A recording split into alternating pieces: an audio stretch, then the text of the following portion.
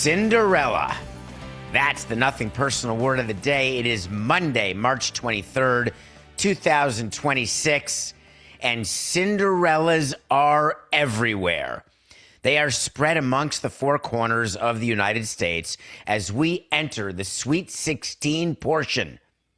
Coca, make sure you send the NCAA $1.50 as we enter the Sweet 16 portion of the men's basketball tournament. All the excitement of March, all of the upsets going back and forth, final second, heave shots, mouths wide open. Except that's only the tournament of the past. That's the excitement that used to exist in college basketball. Those days are over. Now, it's true. There is a number one seed who lost, as the number 9 seed, Iowa State, was able to take care of Florida with some horrible end-of-game play calling by Florida. But the defending champions are out. So one number 1 seed did not make it to the Sweet 16. You're a number 2 seed, you're in. Like Flynn, all 4. As a matter of fact, 12 out of the 16 remaining teams are top 4 seeds. The lowest seed still around is an 11 seed by the name of Texas. I am not willing to call Texas a Cinderella team. When you've got an athletic department that oozes money, that requires bandages to stop $100 bills from flowing and excreting out of your open pores, you do not get Cinderella. As I'm watching the games this weekend, I'm looking at the plays. I'm feeling badly for Bill Self. I'm feeling sad for Kentucky. I'm thinking to myself, I can't believe what they needed to advance. I'm looking at Wisconsin saying, how do I lose every single year? Yes, I chose Wisconsin to win the tournament. I'm going to choose Wisconsin to win the tournament every year. One year I'm going to be right, except this year, not terrible, but I was high. And the point is that when you choose with your heart, you're going to lose. This day and age, given NIL, money, what are we seeing? What are the trends? People commented this weekend, what a terrible Friday. Favorites were 16-0.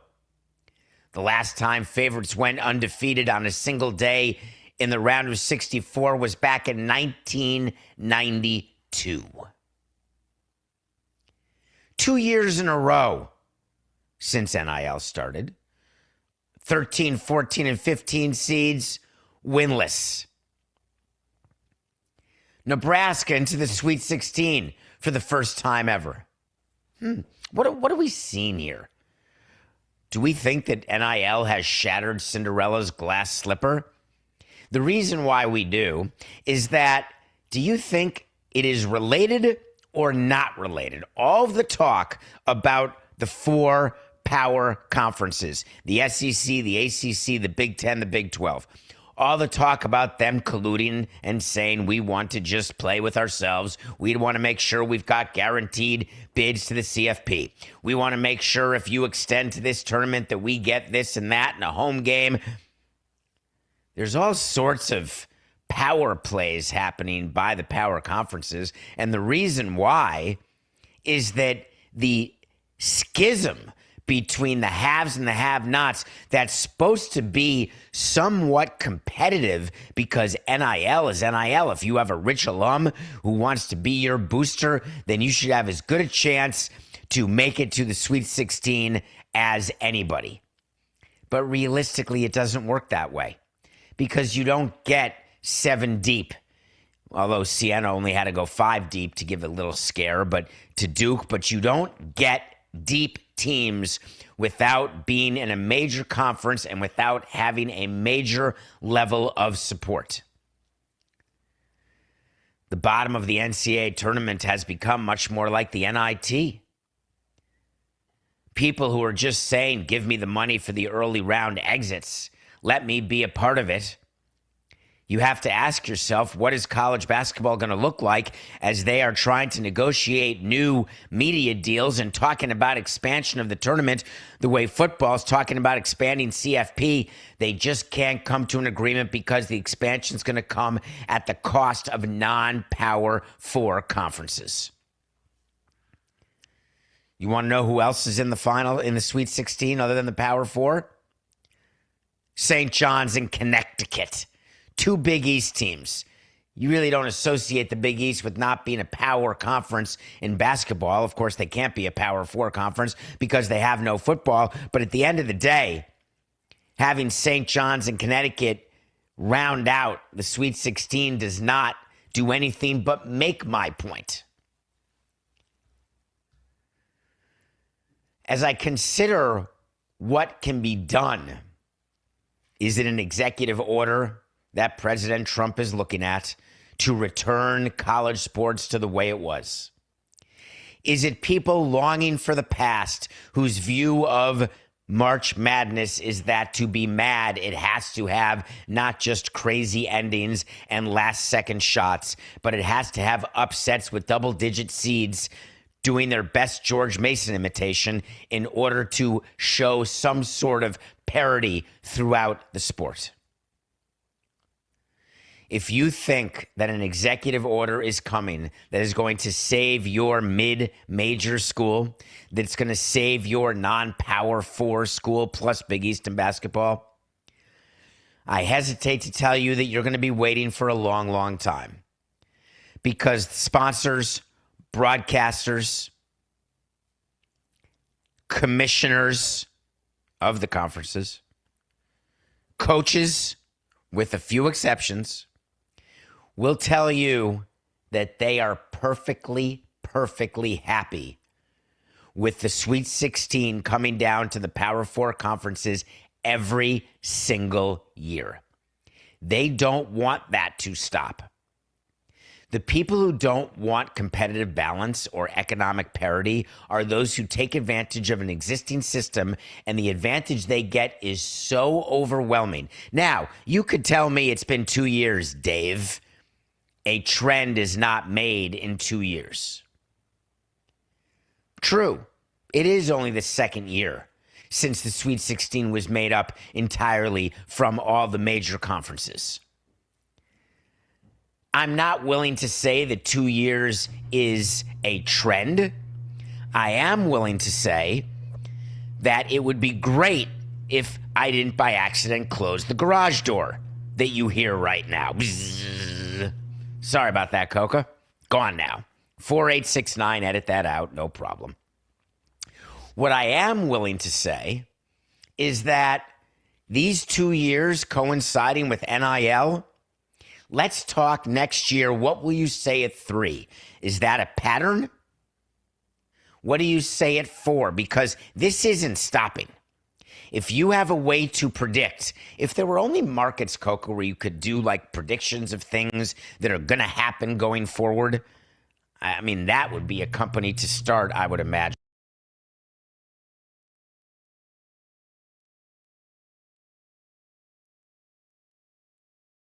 As far as I'm concerned, that if I were able to do that prediction, what I would tell you is we've only just begun. Well, as we head into the final now, couple weeks of the tournament, we will find out for sure how this ends.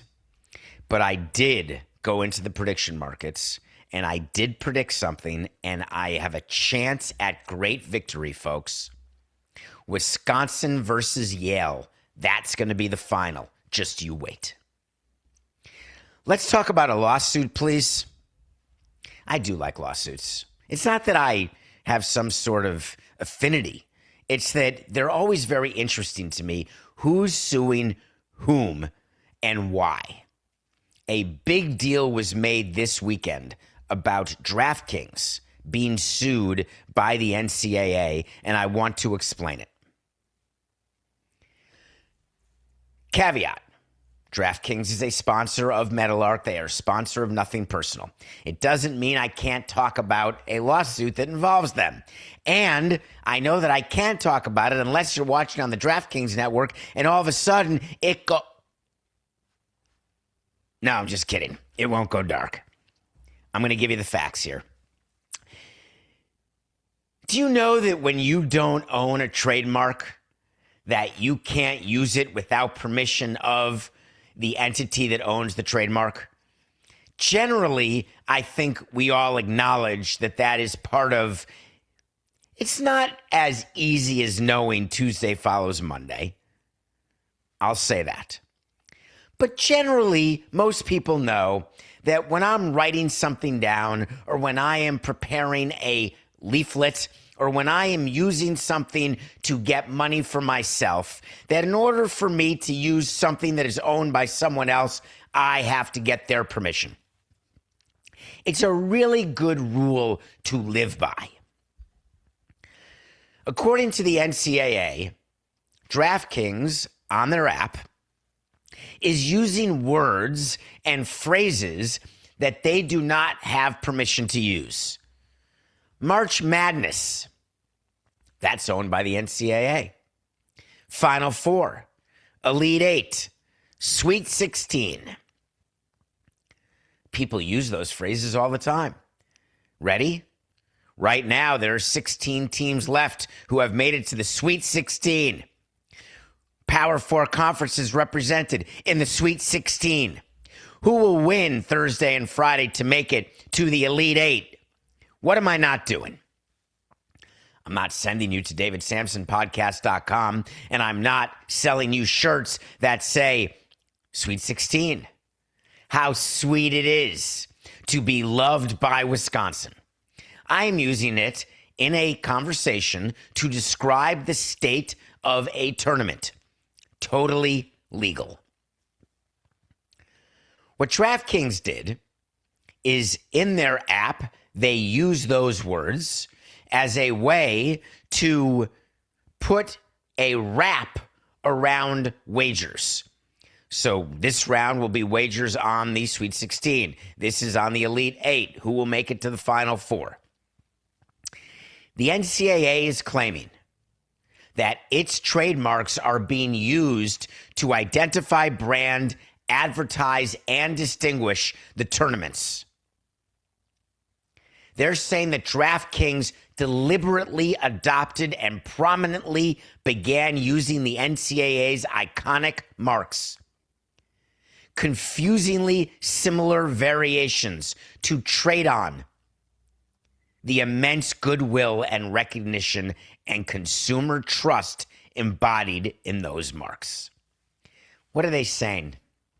Well, in English, what they're saying is that there are customers who will bet on DraftKings and will think to themselves, oh, the NCAA must be approving these wagers because there's a trademark. The law states that consumers need to be, and I am summarizing, but you'll get the point. Consumers need to be reasonably confused by the existence of trademarks in places where they normally aren't, as to mean that the companies whose trademarks they see are in some way associated with what it is they are looking at. So if I am at a hot dog eating contest and I see the trademark for Oscar Mayer, I'm going to assume that Oscar Mayer hot dogs are in the contest, or Oscar Mayer in some way is approving of the contest or is involved in the contest, and I'll be shocked to learn when I'm eating dog and horse meat. That's consumer confusion. When you go into a store and you see the Yankees logo, you are under the assumption that Major League Baseball and the Yankees are involved and approved that they want to be associated with that brand of clothing. Everything that you've heard me talk about with licensed apparel, as an example, the reason why you don't buy from hawkers on the street because they're selling you unlicensed approval, but they're not getting permission, they're not paying baseball for the use of their trademarks. You've heard on TV of a cease and desist letter. Stop using our marks. People think that we are working with you and we're not. The NCAA is rolling over They are losing their mind trying to protect their marks, thinking that there are people betting on basketball, the NCAA tournament, and somehow the NCAA is involved in that.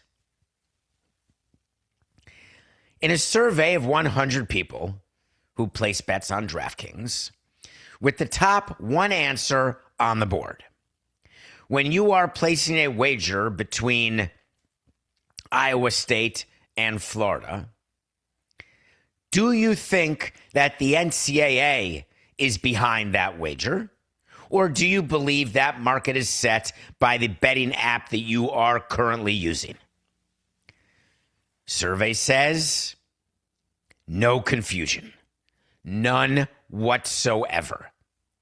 Believe me, I've got the freedom on this show, Coca. If I thought that this lawsuit exposed DraftKings in any way, if I thought that DraftKings should enter into settlement discussions with the NCAA because I thought there was any sort of exposure, I'm talking like pants around the hips, forget the ankles, any type of exposure, I would tell you. That's our relationship. That's my promise to you as the audience. The exposure that DraftKings has is straight Andrew McCarthy, Robert Downey Jr., James Spader, Jamie Gertz, less than zero. It is beyond comprehension to me that the NCAA would file this suit. Like it or not, and we can debate the benefits, the detriment. You can debate young people, old people engaging in gambling. I'm happy to debate all of it. What you cannot debate is the amount of money and the amount of interest that exists in sporting events because of the existence of gambling. You don't get professional leagues to engage in business with companies, and we'll talk about this later in the show, as it relates to prediction companies. You do not get engagement without cash. There's no violation here. This is it. What's today, Coca? Monday. Do you know that we are 60 hours away? Literally, actually. 60 hours away from first pitch of the 2026 Major League Baseball season. Make sure you subscribe to Netflix. Make sure you're ready to roll because we've got Yankees. We've got Giants, Max Fried, Logan Webb. We've got Barry Bonds. We've got L. Duncan. We've got regular season baseball. The marathon starts. This is the time when you're done training.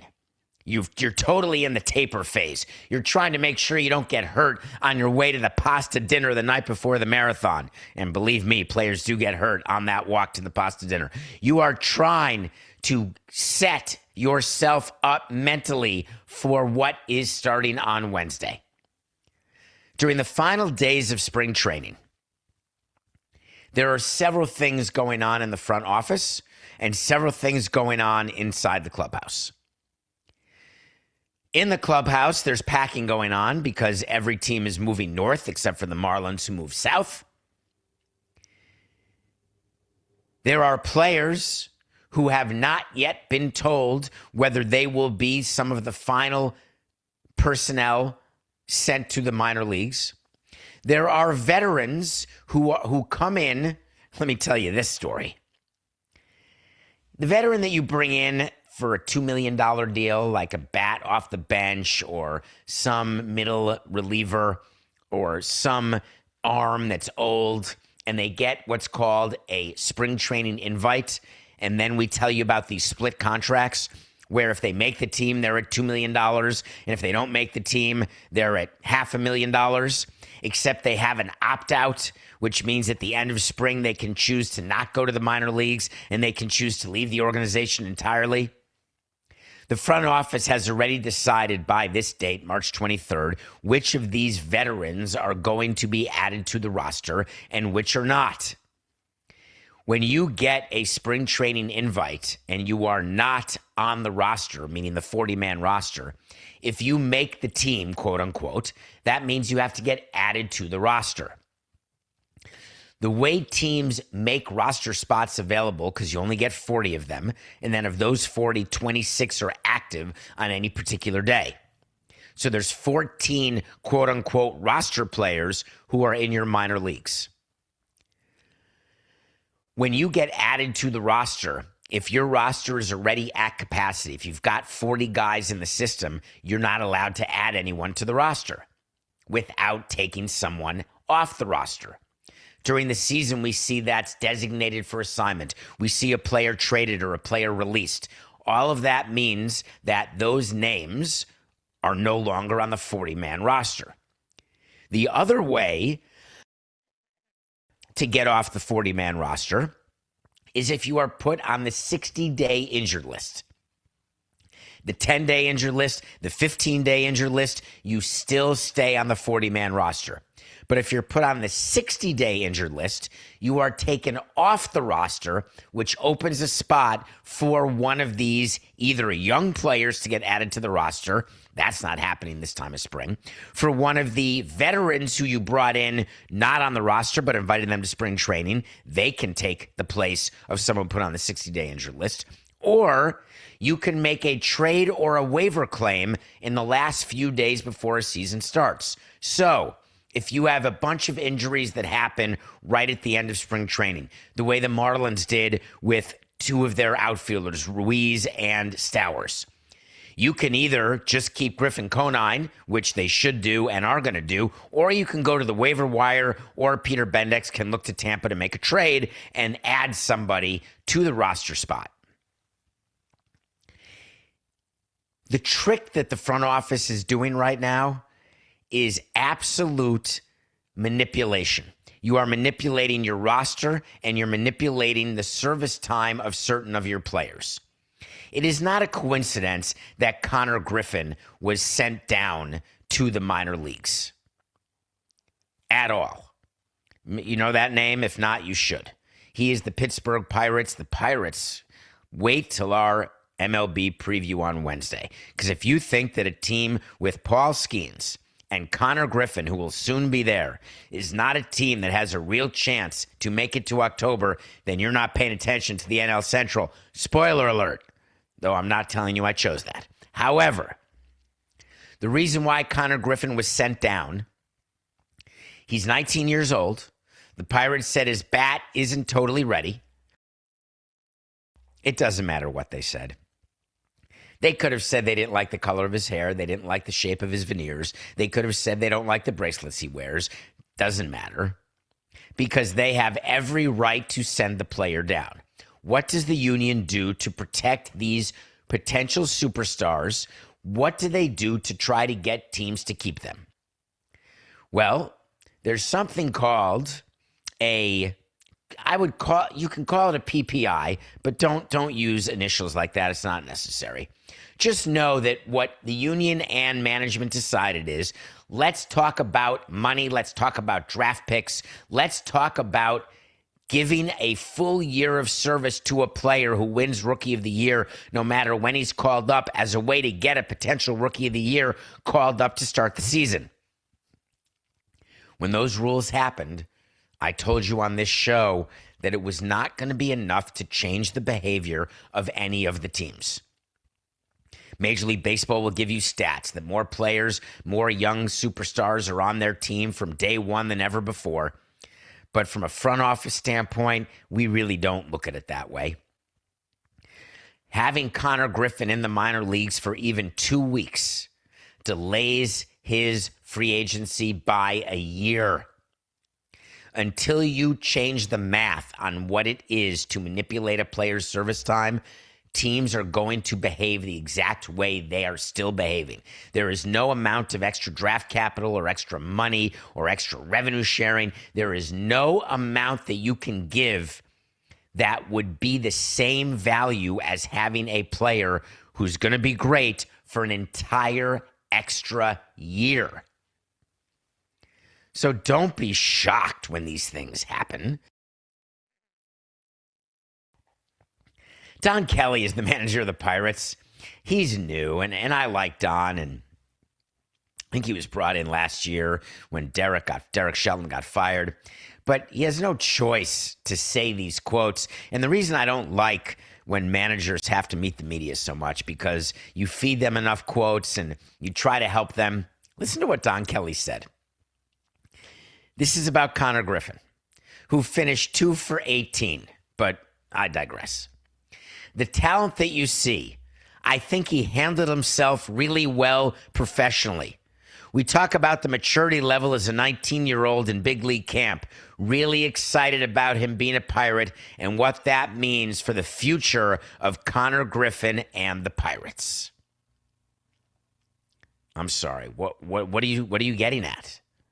Why can't we just have managers or GMs come out and say, until you change the rule, we're sending Connor Griffin out? Of course Connor Griffin would make the Pirates if that rule did not exist.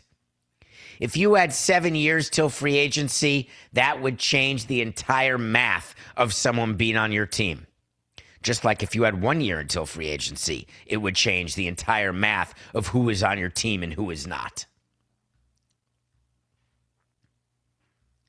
People are upset maybe that the Yankees optioned Jason Dominguez. Guy's 23 years old. What else do you want him to do during spring training? Because I guess you won't listen to me. 2 for 18 or 13 for 40 or hitting 325 or hitting 118. Why was Jason Dominguez sent to the minor leagues? Because of a rule that exists that's called optioning. A player gets 3 options under the collective bargaining agreement. That doesn't mean you get sent down to the minor leagues 3 times. Options are a year, which means that when you're optioned today in 2026, in March of 26, that is one of your 3 options. If you're called up in mid-April and then sent down in May, you're still at 1 option. If you're then called up in June, but optioned back in July, you've still used 1 option. It's not 3 times being optioned to the minor leagues. It's 3 separate years that you are optioned to the minor leagues. If the union actually were not led by Boris and Bruce Meyer, then they would speak to a bunch of the young players and they would tell them that one of the biggest issues we had was not food in the kitchen, was not times of landing or times of games. It's, I don't like being on the option train. Every year, every team identifies 3 to 4 players, and they call them the OT players. That's what we call them. They're the option train players. They are players who we can send up and down as many times as we want during the course of the year, and in a roster crunch that happens during the course of a season, when you need a pitcher because you went extra innings, you're playing 12 games out of 13 days. You have a list with you as the GM, the AGM, and the president of the team of the players who are your OT players, your option train players. Those are the guys who are going to be sent down every single time because you don't have to lose anybody.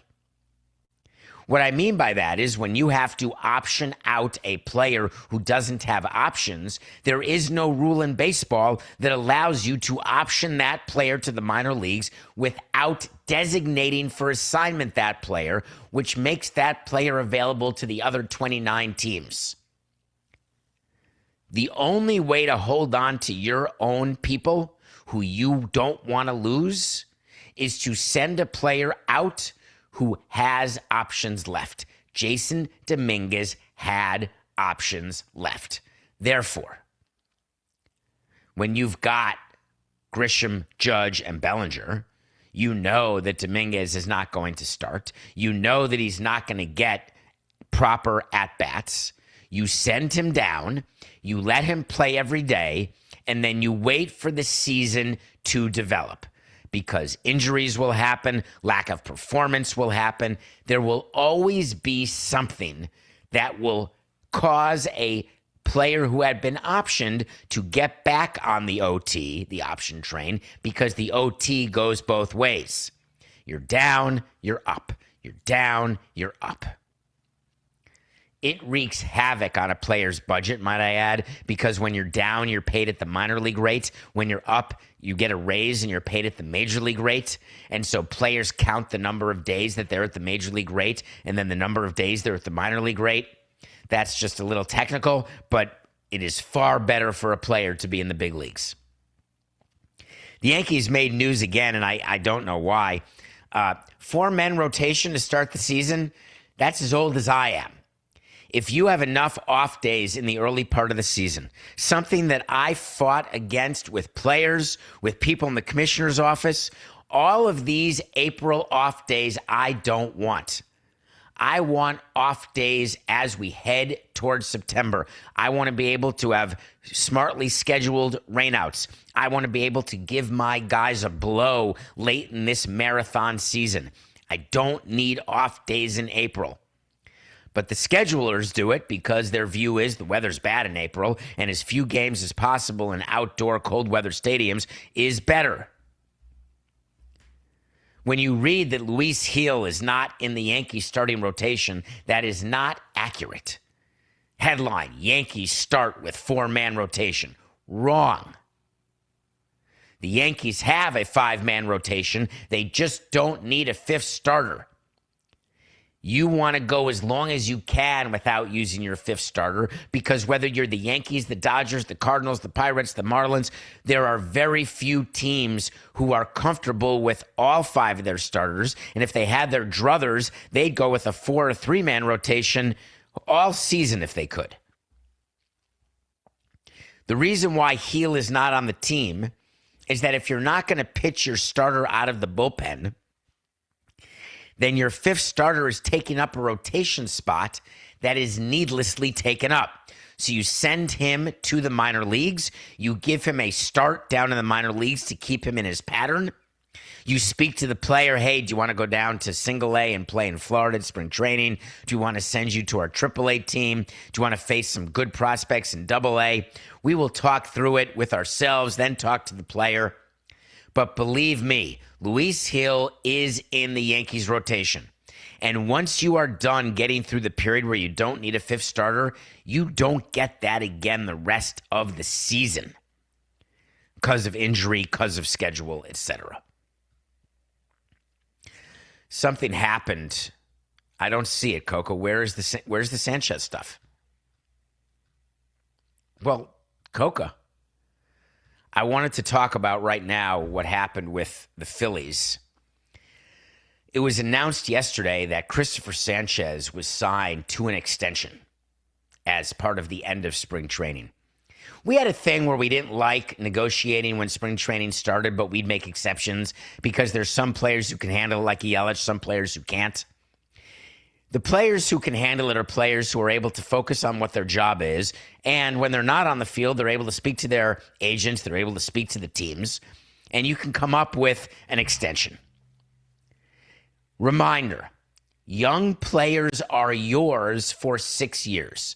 They are signed to 6-year deals. Connor Griffin has a 6-year deal with the Pirates. Don't believe anybody who tells you otherwise.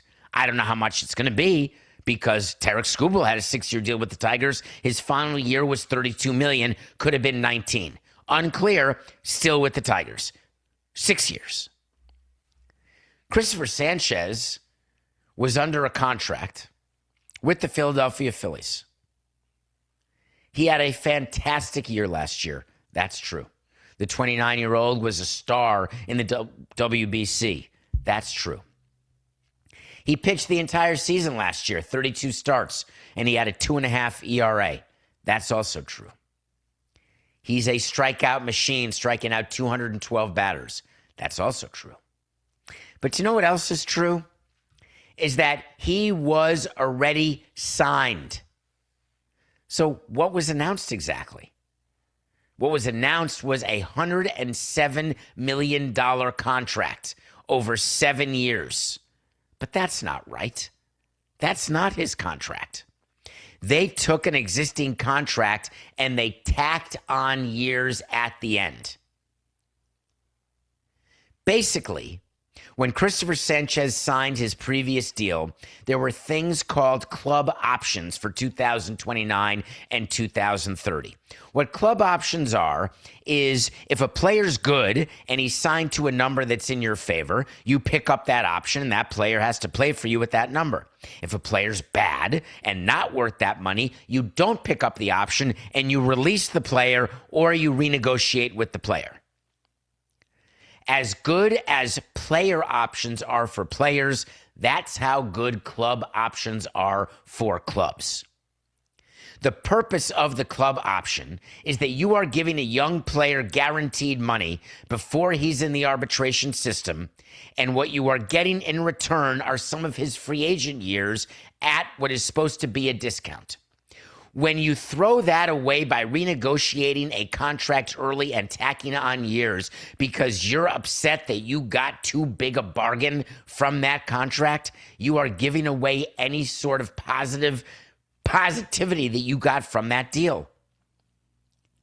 Not only did the Phillies in 2026, before one pitch has been thrown, pick up both club options for 2029 and 30, but then they tacked on 2 more guaranteed years for 2031 and 2032. Right now, it's 2026. What would be the reason for John Middleton and the Philadelphia Phillies to go to Christopher Sanchez and say, we love you so much, you're so good, let's start worrying about 6 years from now? Major League Baseball would sit us down, Coca. They would sit us down. We'd be in meetings, and they would show us the stats on why these types of deals take away any sort of bargain leverage that we got within a CBA. Any sort of advantage that you got that you give away, you are not going to have that reciprocated. A player is never, not one time, going to come to you and say, boy, did I suck, here's money back. It's never going to happen. You have no obligation when a player has a good year to say, way to go, thank you, we will now extend you. People got very down on Jerry Reinsdorf, owner of the Bulls and White Sox, who is very clear that he will not renegotiate in the middle of any contract. I don't care if your name is Scottie Pippen. If you look like an ogre and talk like an ogre and smell like an ogre, does it mean you're an ogre? Not in every instance. One of the things that we try to guard against when I was in baseball, what the management continues to guard against and what players are trying to do time and time again, is in a collective bargaining negotiation when there are certain advantages, and it's very clear after a CBA is done where the player got something and where management got something. The process during the course of a live CBA is each side making sure that they fully take advantage of the benefits that they bargained for. And that's not just in collective bargaining with unions and management. That is any time you have a contract, you want to take advantage of the benefits of that contract. Some people use the expression, the benefits of the bargain. Make sure you identify what those are. And that is really sound advice. When there is anything that you have as part of your deal that is to your benefit, if you forget about it or don't ask for it or don't enforce it, then it will go away and you will not get it next time around. Have you ever heard of people having an entertainment budget and they're getting close to the end of the year and all of a sudden they're going out all the time? They're using all of that budget to make sure that budget is still around come next budget cycle? It's the same thing in bargaining. When you have something, if you do not take advantage of it, you're going to see that it's gone. What clubs are doing and what the Philadelphia Phillies did here is not only did they let go of an advantage, but they turned it around and gave it to the players. If the players were smart during the course of this next CBA, they would take advantage of the fact that the owners seem to be doing this more and more. It's not enough that players get guaranteed contracts, and the NFL, as jealous as can be, their union is.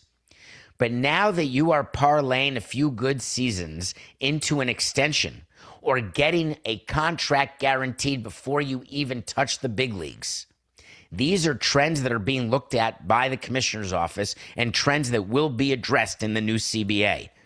You can count on that. I want to review a movie now, please, Coca.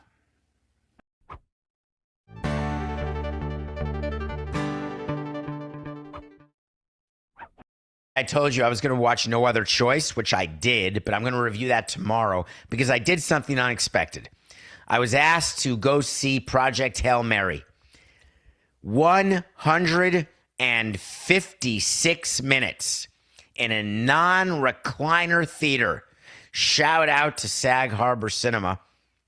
Great theater, Billy Joel, all the other people who tried so hard to get it rebuilt after a devastating fire. It's a very cool theater in Sag Harbor, New York.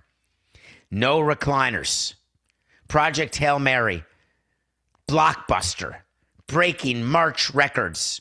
Second only to Oppenheimer in terms of release and worldwide gross. Ryan Gosling, who seems to age like Benjamin Button. Coca, we got to find out whether he got somehow Irishmaned. My God, did he look good. Here's what the movie is. It's about a book. Never read the book, never listened to the book. It comes from a book written by the same guy who wrote The Martian. Directed by the guys who got fired from Star Wars, directed 21 and 22 Jump Street, the Lego Man movie. It's a directing duo. It's about a guy who's in space trying to, as you would imagine, what we need.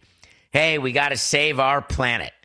Now, is that an allegory? Is it meant to say, hey, make sure we take care of climate change? Make sure you realize that if we're going to be inhabitable, we got to find a new place to live? That seems like an old story. Where do we go? Project Hail Mary is a buddy movie.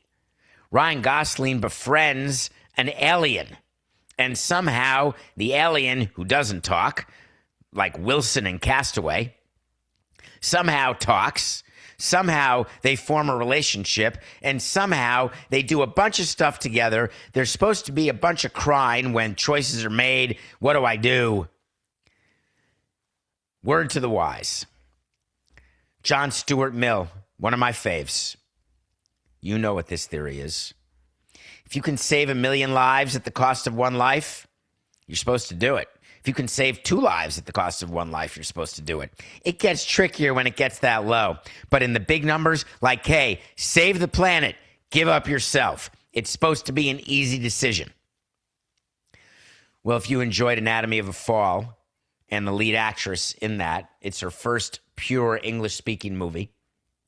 Sandra Hüller plays a world savior who is trying to staff a spaceship which is going into space in order to save the world from certain doom because the sun is being eaten by something. And with no sun, it's the opposite of global warming. You got global cooling, like some day after tomorrow stuff. Did I love the movie? It was good. Were the scenes amazing? Is it sort of interstellar-y in a time travel sort of way? Maybe. It doesn't, why would you age Ryan Gosling if you don't have to? Does it go to your emotions with the relationship between the alien and the astronaut? I guess. I mean, I love Steve Guttenberg. I love Short Circuit. I love Lars. I love Ex Machina. I mean, there's all sorts of movies that are buddy movies. I mean, I love 48 Hours. I love Rush Hour. I just didn't find it to be all that awe-inspiring. I didn't cry, but also that could be with the way I am right now. I'm not going to cry over a movie, but it was good. People are saying, see it on the big screen. I guess. Nothing personal pick of the day.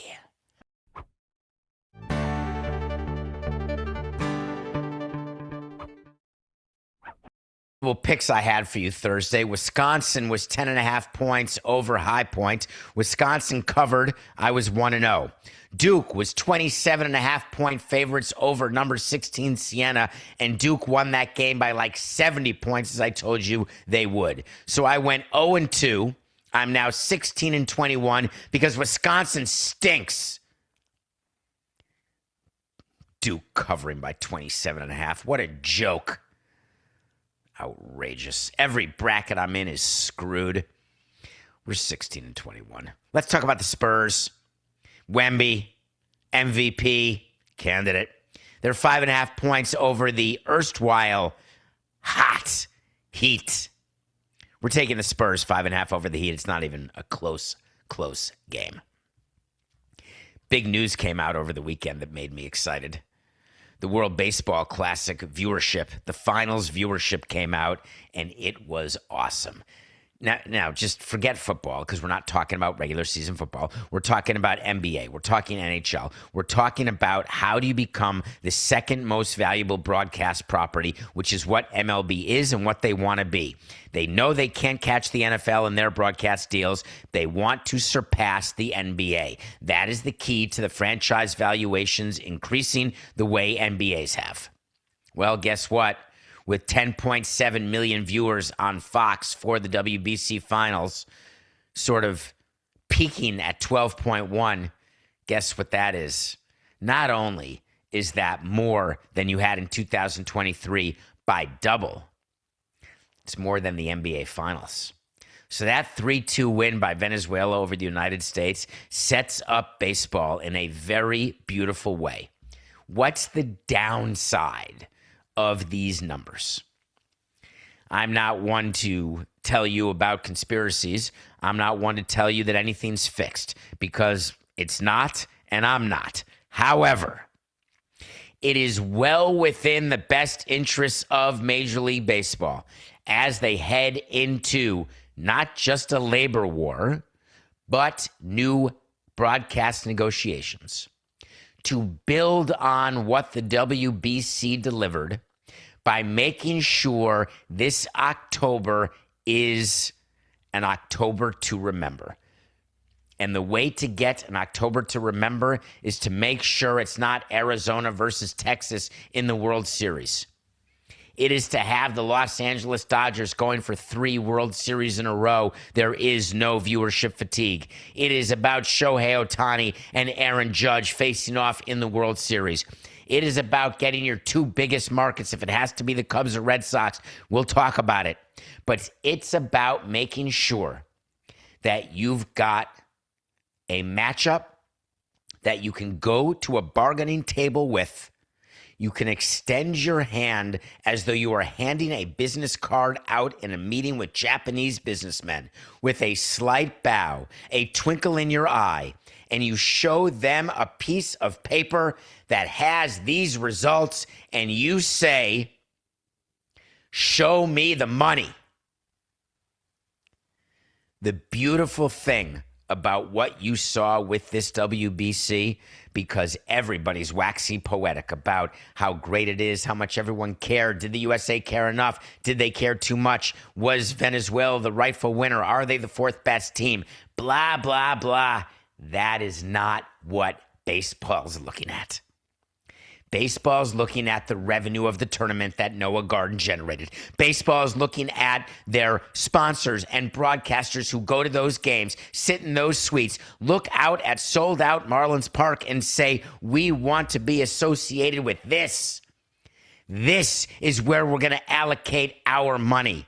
Yes, we may have to go 50% higher to keep our NFL games, but we've still got money for the one thing that guarantees eyeballs, and that is live sports. And if you think the WBC is getting you 10.7 million people, wait till we bring Shohei back and his $4 million jersey from the WBC at auction, his $1 million jersey, whatever it went for, and we will deliver unto you greatness. And in return, you will pay us. That's what the WBC ratings mean. We'll be back after the break, and we're going to start with a deal that MLB has just announced.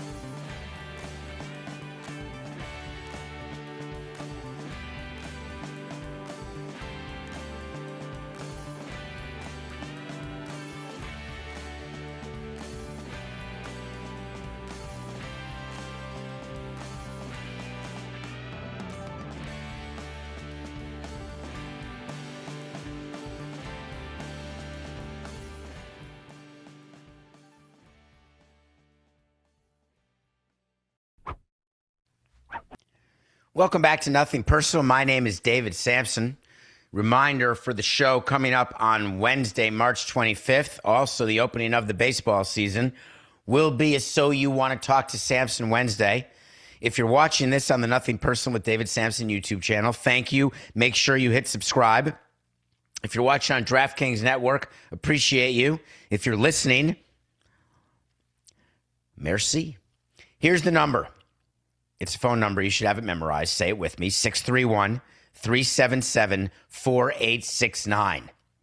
That number again is 631-377-4869. Call it. It's a voicemail. Leave a message. Your voice and your question may be on Wednesday's show, second hour. So you want to talk to Samson. Big news out of baseball this weekend. Not just the start of the season, not just the announcement of the unreal number, Ray, viewership of the WBC. The announcement that was made was a deal of 3 or 4 year length partnership with a company called Polymarket. That's right, Polymarket. The prediction platform, the competitor to Kalshi, the anti-Giannis. Can you imagine having a 3-year, $300 million deal? Maybe it's a 4-year, $600 million deal. Maybe it's a 4-year, $300 million deal. Maybe it's $150 million. Maybe it's $100 million. Terms not exactly disclosed. But what is going on? You understand, of course, that the market of gambling is evolving. When you look at Draftkings, you understand that when they get into the prediction market business, when they are trying to make sure that they maintain their customer levels, their revenue levels, their market share, you have to adjust in a world where there are companies who are coming after you because they want people to use their platform, and it doesn't matter what state they're in. The whole thing about online gambling, app gambling on your phone, is that you have to be in a state where the state legislature has approved gambling. If you are in a state where gambling is not approved, then you cannot use the gambling app. The prediction markets came around, and it turns out they don't need state approval. They are operating in states where legal online gambling has not yet been approved. You can imagine how exciting it would be for Draftkings to be able to operate in 50 states.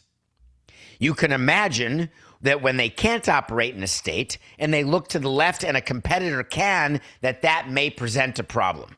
Do we agree with that?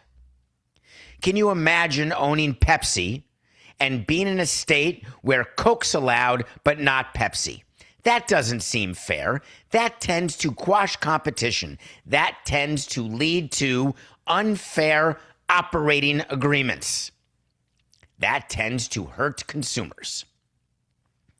I'm not here to debate whether gambling helps or hurts consumers or teams. I'm here to explain that the reason why leagues do business with gambling companies is they will tell you it's about the integrity of the game. What they won't tell you is that we really like the color of their money. When baseball, basketball, hockey, football, when they embraced the gambling companies, they viewed the gambling companies as another sector that had been untapped. And when your job is to increase revenue, you look at untapped markets and then you tap them. Hello, we're ready for you.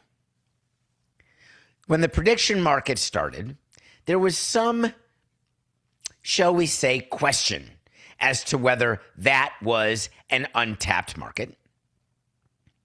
There was some question, do we want to go into business with companies where there is some weird stuff going on, where it looks like you can bet on whether or not leadership changes in Venezuela are going to happen or whether or not there's going to be some sort of strike in Iran? when you can bet on what words someone's going to say or where someone's going to be. And all of a sudden, we've gone from betting on sporting events to betting on whether Wednesday will follow Tuesday. With a staff of 20 people, I would have had a graphic up right now above my left shoulder that would have shown you a Polymarket prediction whether or not this coming week there will be a Friday.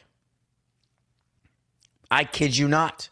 We would have found the craziest bet prediction made, and we would have put it right here on our broadcast. The reason why I'm happy to just be with Coca, with Mike as well, is that you get to imagine when I say to you that whatever you can think of, you can wager. The reason why you're getting so much blowback from existing gambling companies is this level of competition. It's unbeatable. The ability to operate in all states, unthinkable. Requiring states to make decisions on their own, the way Nevada has made a decision. Why do you think Nevada? Let's make sure we think about this. Hold on. Let's make sure we get it right. Why would Nevada not allow prediction market bets? Hold on. Let me think. What are people in Nevada doing? What are people doing in Nevada that they can do in person at the casinos? Hold on. I'm going to get to it soon. I'm going to rack my brain. Oh, that's right. They can wager. Absolute competition quashing. And it's every state's right to do it. Why would MLB get into bed with a prediction company?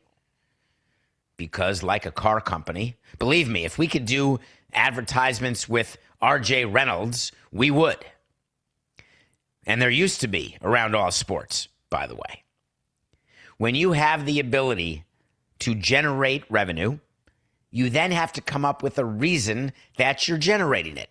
And then you have to decide where your line is.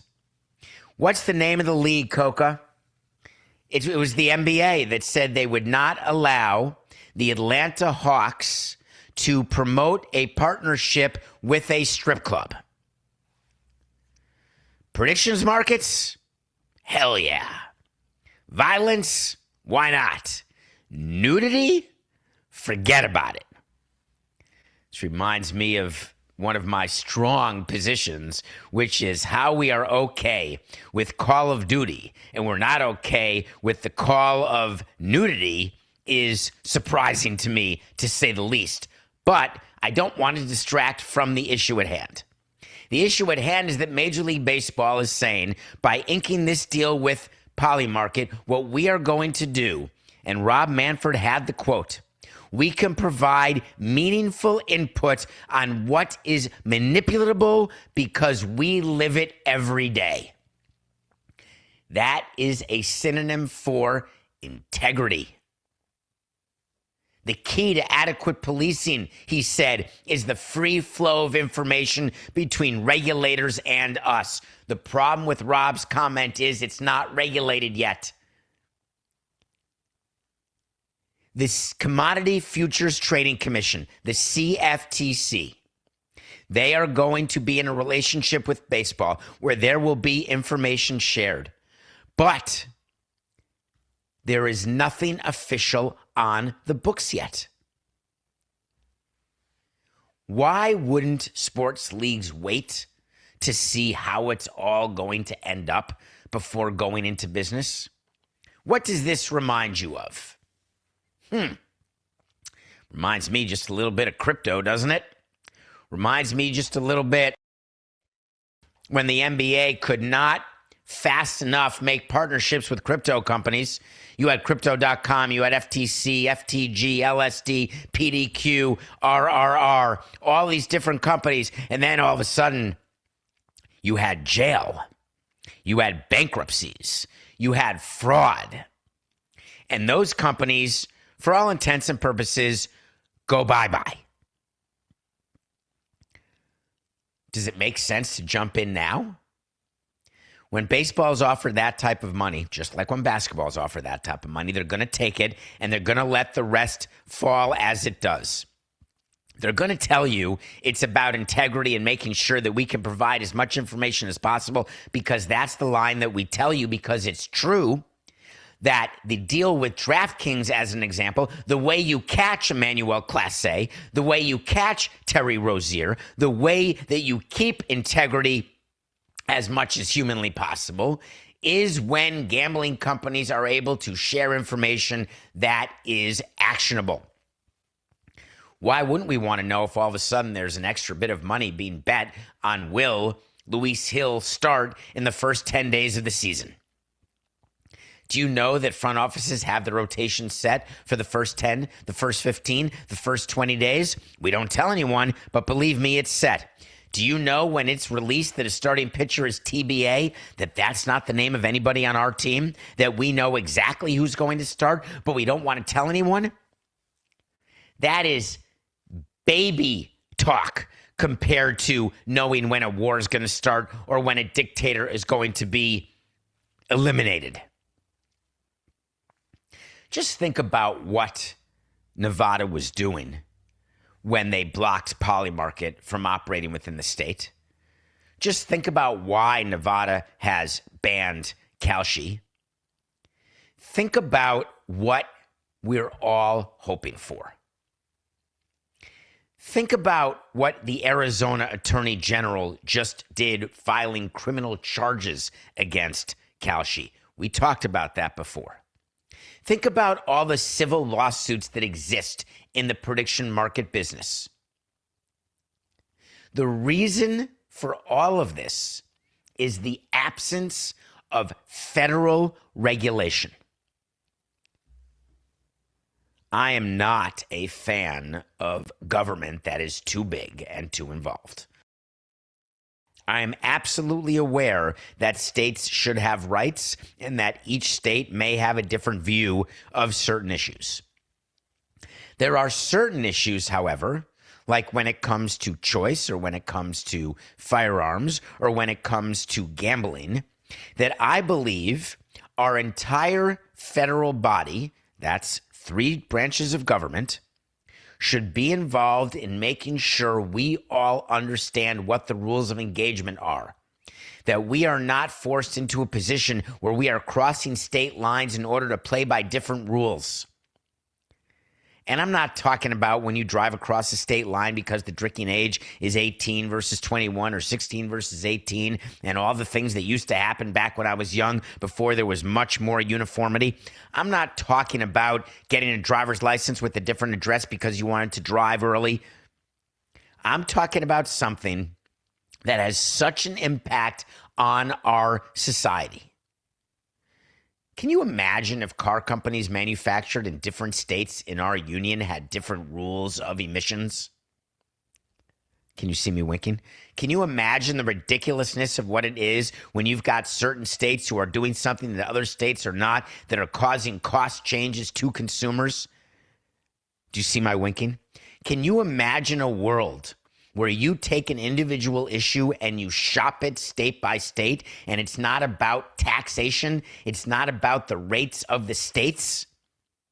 I'm talking about different federal rules for an area of growth and an area of interest like prediction markets, like gambling, that is so top of mind and front of checkbook that if you are not out in front as a regulatory body, then what are you doing? Why are you there?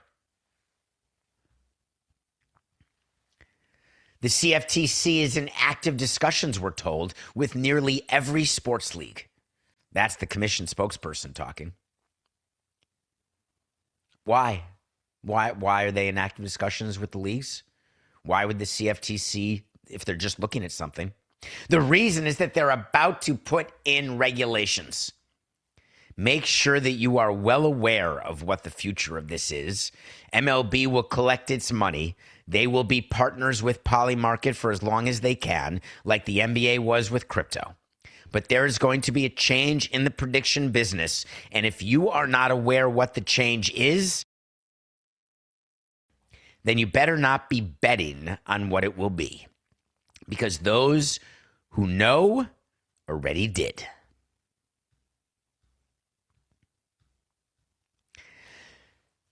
Stephen Ross is getting old. That's okay. Getting old is better than the alternative, I would think. It definitely is. The owner of the Dolphins, the owner of the F1 race in Miami, the owner of the stadium, the area where the Miami Open is currently being played. It may have finished this weekend, but I think this was the first weekend. The place where the Marlins won the World Series in 97 and 03, the old Pro Player Stadium. The reason I like Stephen Ross, he's one hell of a businessman, no question. Not a very good team owner. The Miami Dolphins are the worst performing franchise, I believe, in all four major sports, and it's not relatively close. He went on TV on CNBC, and I understand why he's giving interviews. I just don't agree that he should be. He is certainly an octogenarian, and it's always better to keep your mouth closed because then it's a great mystery as to whether or not you have your wits, faculties, or whether you can put three sentences together to make a paragraph.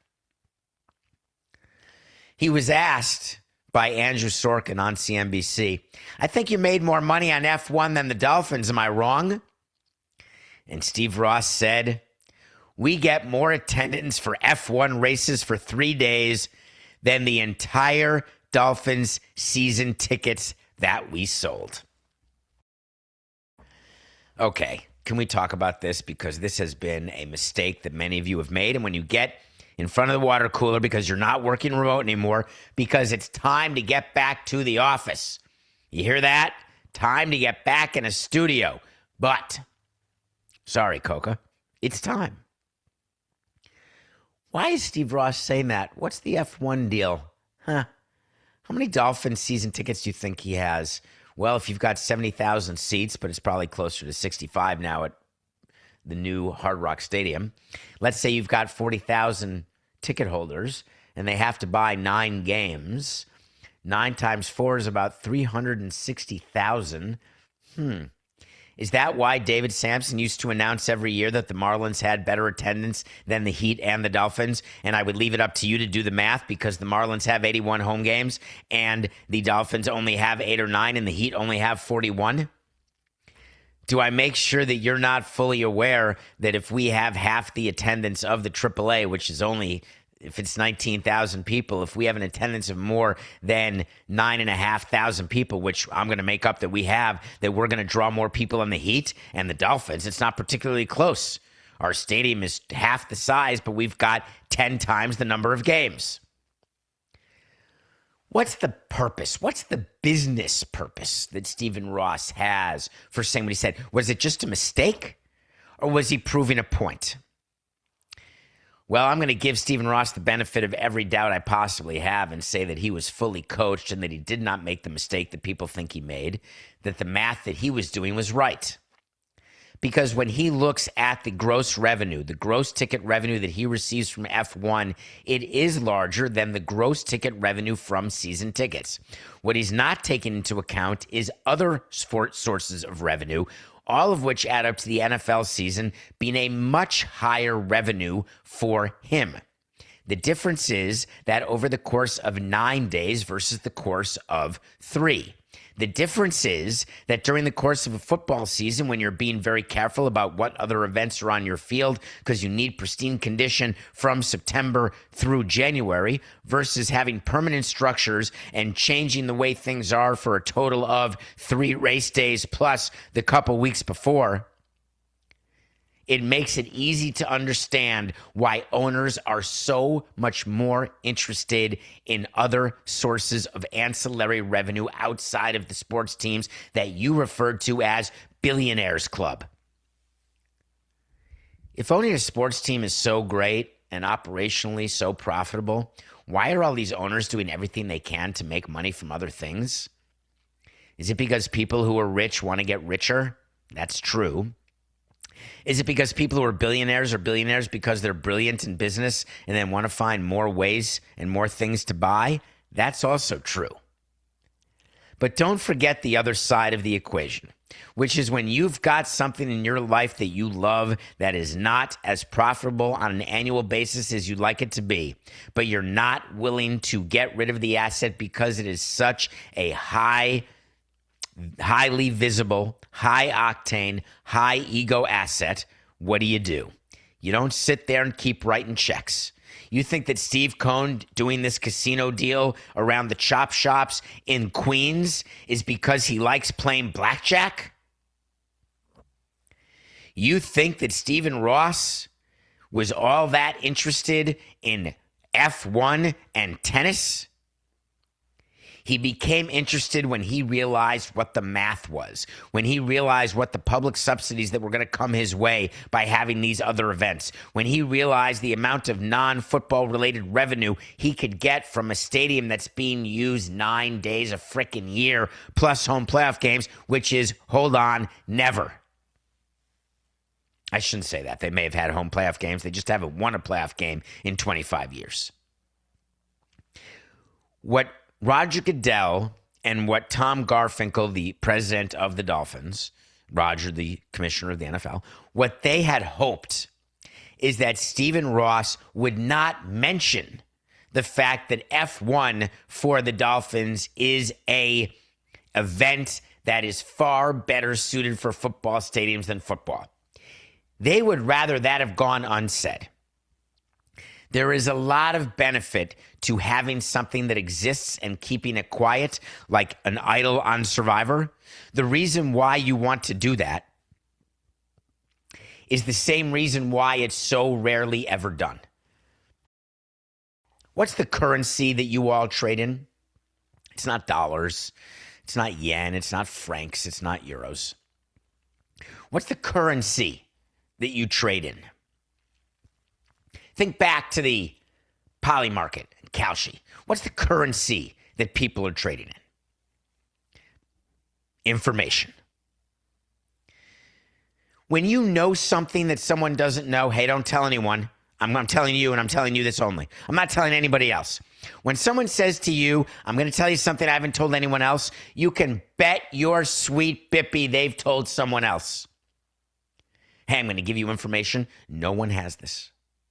I'm not telling anyone for a week. I'm embargoing it. You're my guy. Do you know how many times we'd say that to multiple members of the media? We're not telling anyone this, but we're trading player X. Don't tell anyone. We'll tell you when to run it. You're first. The currency of information.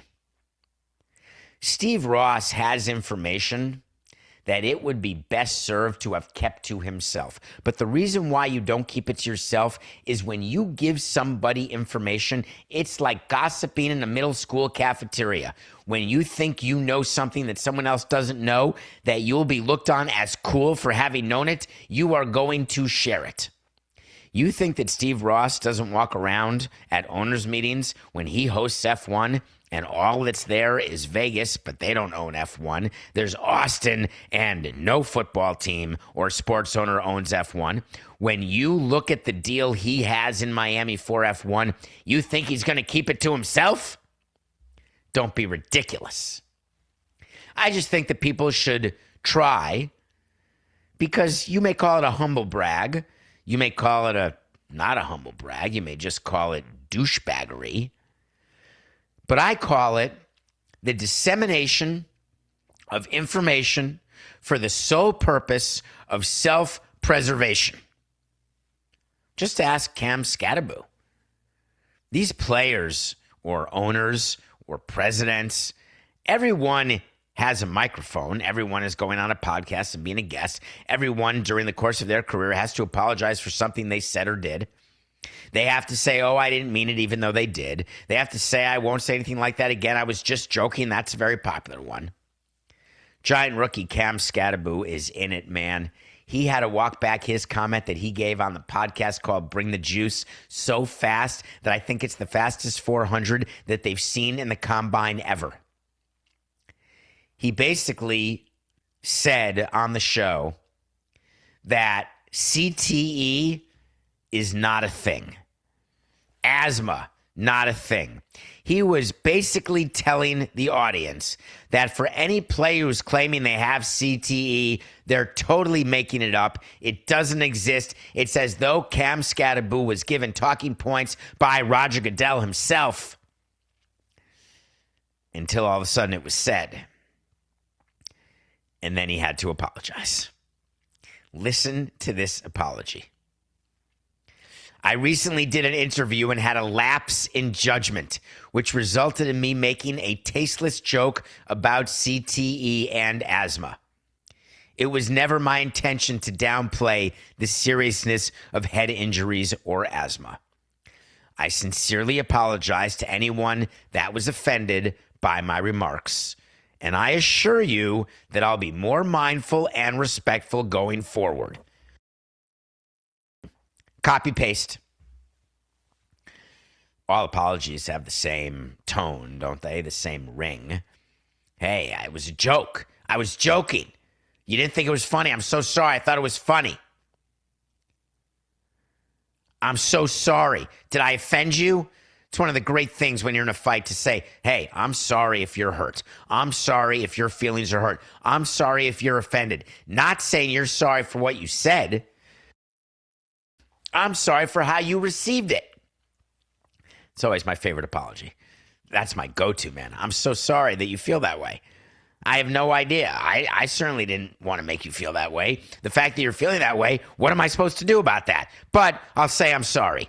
That is empty words, David. I've heard that before. It's true. They're empty words. Why? I'm not that sorry. I said it. I knew what I was saying. Are you falling for this? You think that Skatebo gets on a podcast and says that CT is not an excuse, it's a bunch of weak people, and asthma, just go ahead and breathe, it's just breathing.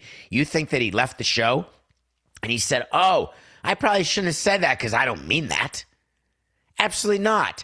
When the blowback happened, which it was, and it happened immediately, all of a sudden you change your mind, you call your attorney, you call your PR guy, and you work on an apology. You work on a statement. I think it'd be good to live in a world where those types of statements aren't even necessary, because it's a world where you would know what's funny and what's not. That's always been my thing with stand-up comedians or with movies or with a conversation or being around people who think they're funny and they're not. I think that if we only allowed people to say things that you know in advance, oh, it's a joke, I shouldn't be offended because I'm at a comedy club. I shouldn't be offended because I was told in advance this would be the subject matter that I was going to be discussing, and it's going to be TIC, tongue-in-cheek. That's not how it works. The way it works is we all say things that we think are funny. We all say things that we don't think go too far. And then all of a sudden, when we cross the line, it goes too far and it's not funny. We're chasing our tails, apologizing at the very nature of that which we said as though we didn't mean it in the first place. But that's not true. It's the apologies over the racist comments. It's the apologies over the sexist comments, over the behavior. I'm so sorry. Totally inappropriate. I'll be better. We all learn from our experiences. Give me a break, would you?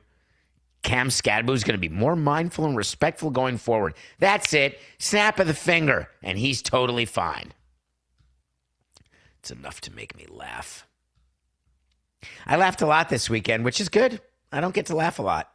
I laughed at the wrong parts of Project Hail Mary, side note. There were some funny parts with the alien, but inappropriate laughing has sort of been my calling card, where I just blurt out in a moment of discomfort. I'm sure some of you are the same. Like when something's really sad or something's very stern or you're getting in trouble or you're being called out for something and all of a sudden you break into spontaneous laugh. That's me. I'm the spontaneous laugh guy, like so many of you. I let out an absolute guffaw when I read what President Trump's executive order was that he announced this weekend. President Trump signed an executive order just on Friday. He is blocking other college football games from airing at the same time as the Army-Navy football game. I'm sorry. It's sort of like pardoning Billy the tuna. What is it that you're doing? You're using the executive order, one of the great powers of that branch of government. I'm sorry for what?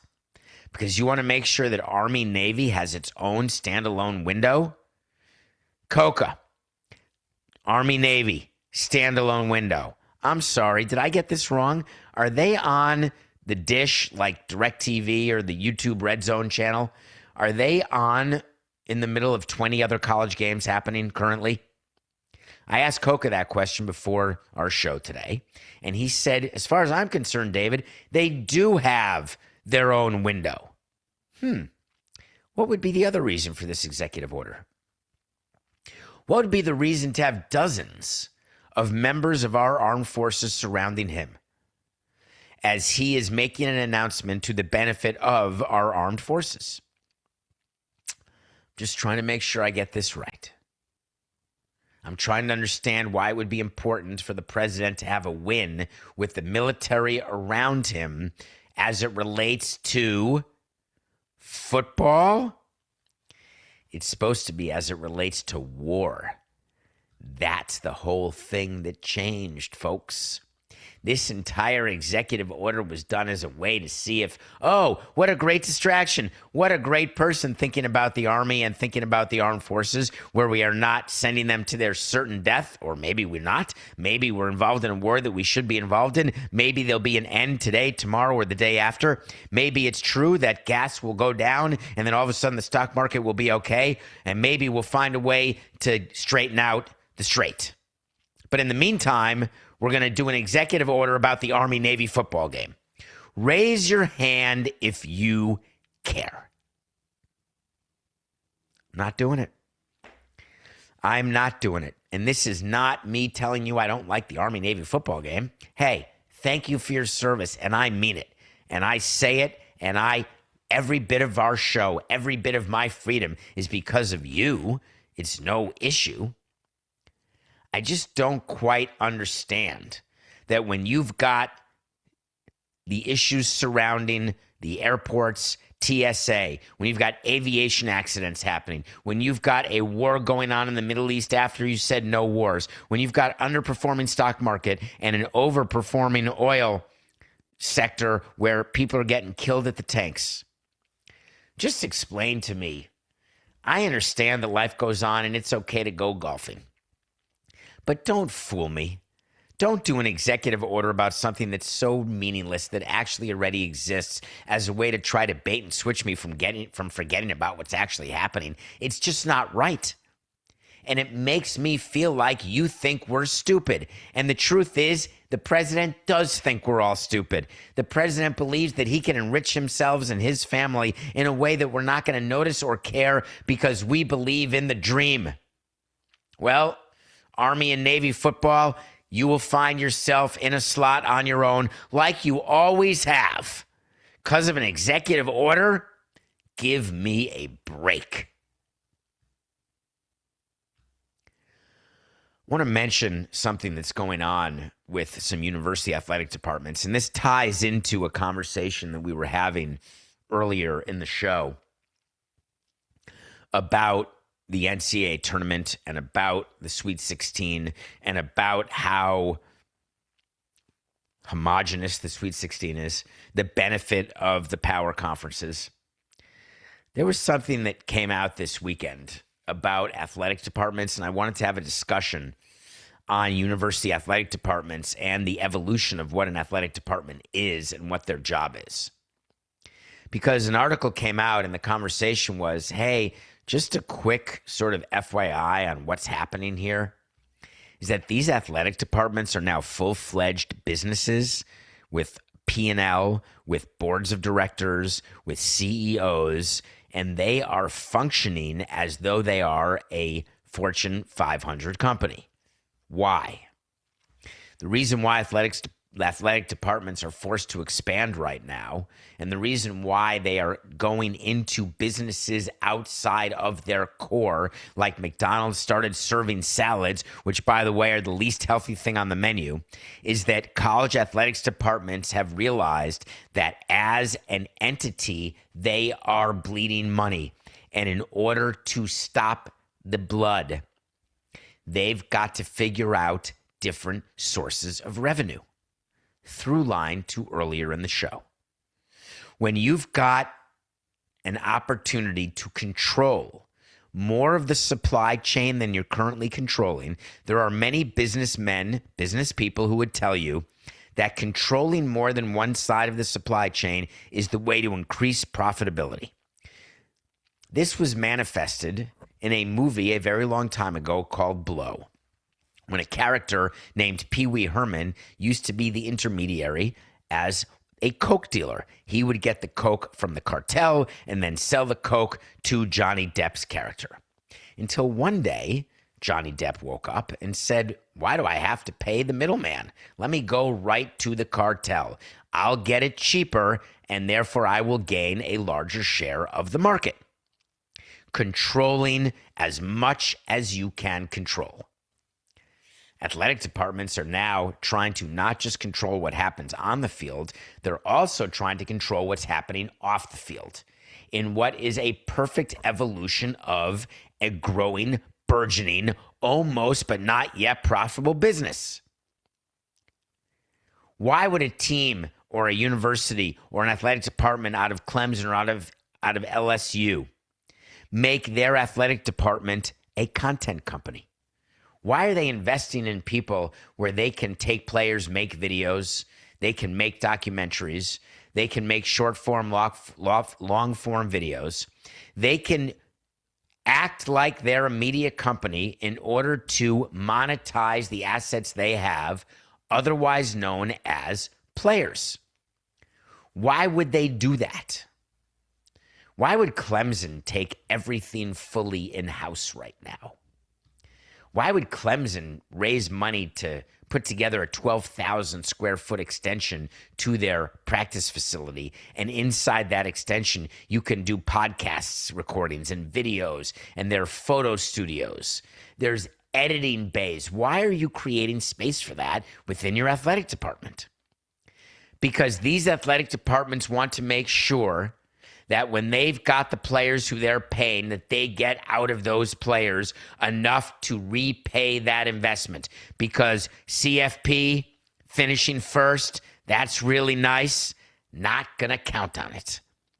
If we're going to make the type of investments to increase and improve our on-field team, we've got to see an ROI on that money. We can't just keep going back to alums and friends of the program and ask for annual funding in order to make our team competitive, because we are at risk of the thing we can't control, that we will not be competitive. So what do? You start doing all sorts of non-field activities. I love it.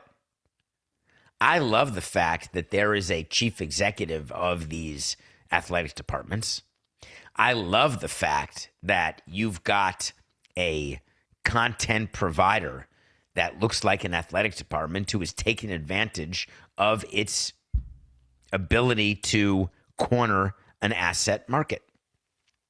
It's always been strange to me that athletic departments have operated at such great losses.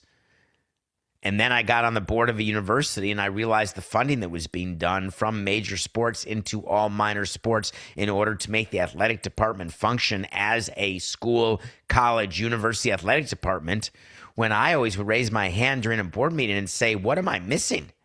Why are we continuing to drag these non-profit sports alongside our moneymaker? The answer, I was told, is that we are a university and it is our job to make sure that we are an area of inclusiveness, that we can provide as many sports as possible to complement the many cultural offerings we have in order to make our school a destination. Blah, blah, blah.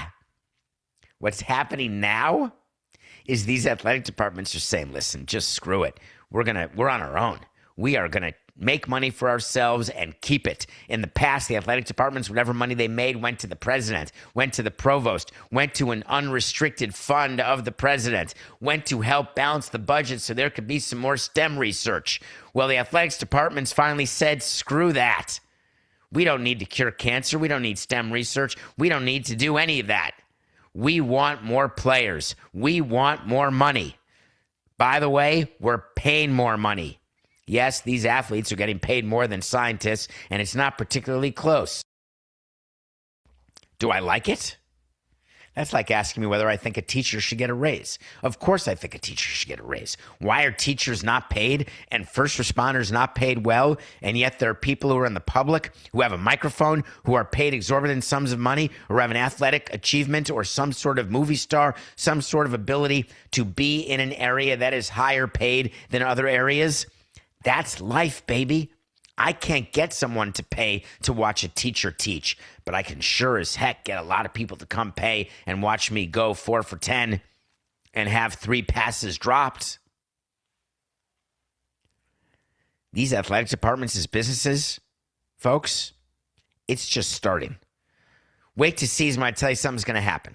If it does, fine. If it doesn't, fine. I want to revisit this college athletic department issue. The fact that these athletic departments are starting their own media companies. My official wait to see, which can be found on davidsamsonpodcast.com. There's a document with everything, including the great picks of Duke and Wisconsin on Thursday. Oi, wait to see, Coca. There will be 10 universities by the close of 2026 who are operating media companies internally. Not 2, but 10. Book it, and we'll revisit it at the end of this year. Standing ovation to LeBron. My God. You know, I'm a Jordan guy. It's just who I think is the greatest. I don't think it's particularly close, and that certainly comes from my bias. There's, of course, obviously. LeBron did something yesterday that I absolutely love. I'm a big fan of longevity. I'm a big fan of people who want to be great for extended periods of time. I'm a big fan of people who take care of themselves physically, however it is that you're forced to do it. LeBron James is now the record holder for a record that's really super cool. He passed the Chief, Robert Parrish. No, not the old guy who delivered dope in New York City on the Upper East and Upper West Side in the 90s. Not that Chief, a different Chief. Robert Parrish had the most games played of any NBA player in history until this weekend when LeBron broke the record. LeBron James has now officially played in more games than any player who ever played the game. The reason I compliment that is whether he's the old LeBron, which he's not, whether he is an all-NBA player anymore, which he's not, whether he is even an all-star anymore, which he's not. He is a part of a rotation on a team that is fighting for a top seed in the Western Conference. The Lakers have been HOTTT. They've won 9 games in a row. Luka is going off like he's not even in a custody battle. He is scoring 40-plus points in games, complaining to the referees. He has made L.A. the new Dallas. He is so much at home in L.A. right now. He is McLovin' it. Triple side note, Luka had a technical foul rescinded, always my favorite rule. If you get 16 technical fouls, you get suspended for a game. If you get a technical foul rescinded, it means you don't have to be suspended. He got his last technical, and then all of a sudden, the league said, oh, nah, that really shouldn't have been a technical. Rescinded. I've never been a fan of rescinding technicals. Believe me, I wish that I could rescind ejections. I wish that I could rescind wrong, incorrect calls that aren't challengeable or that we run out of challenges. But hey, life is life. Umpires make a call. That should be the call. It would be like if they changed the game result because of the 2-minute report in basketball. The 2-minute report is, hey, here's the mistakes that happened in the last 2 minutes. Here's the issues that existed. Well, are we doing anything about it? Absolutely not. Can I protest the result? Yes, you can. Are you going to win? Absolutely not.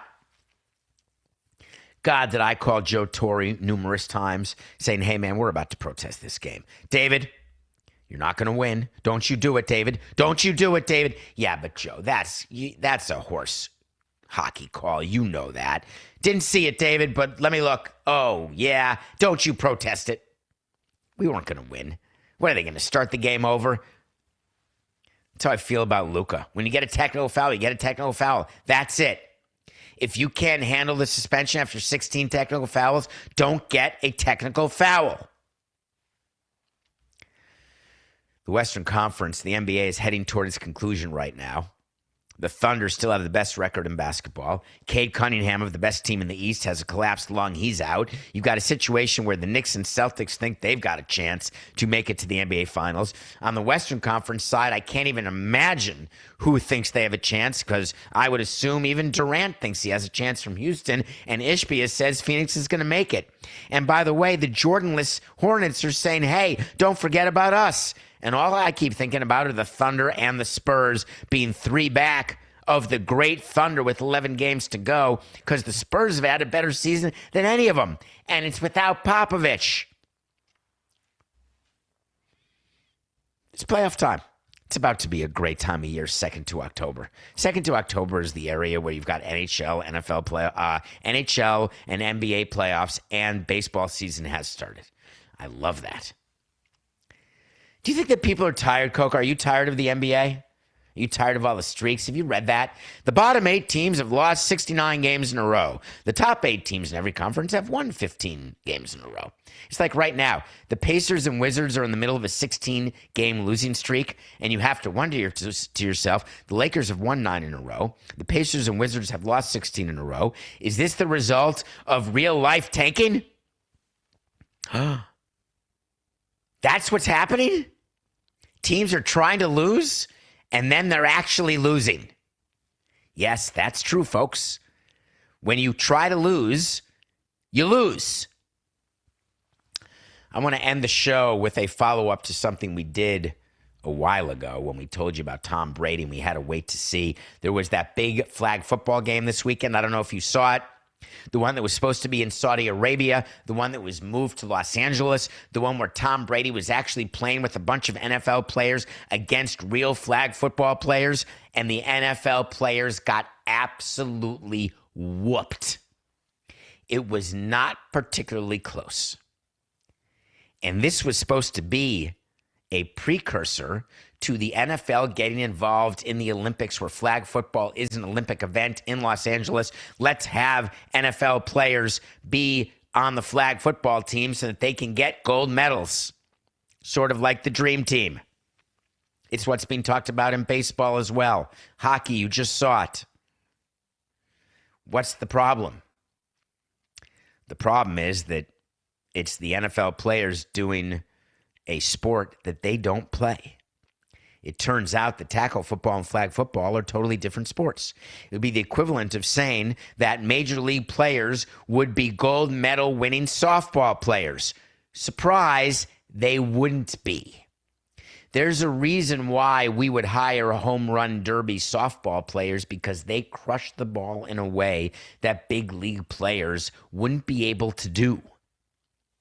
There's a reason why there are dunk contests that are won with trampolines, because in the real world of NBA slam dunk contests, you can't get that kind of performance.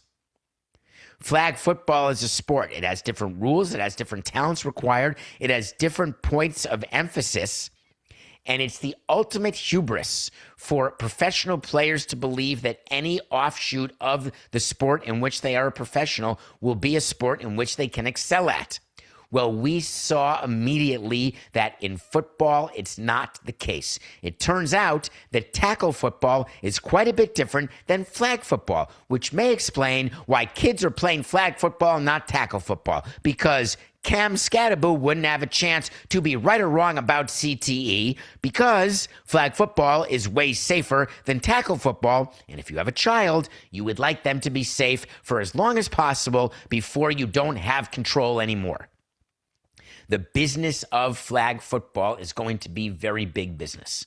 For the NFL to get into it, they should buy the existing flag football and bolster up those players. Stop trying to force the professional football players into the flag world. It's not going to work. Why? It's just business. We'll be back Wednesday. This is nothing personal.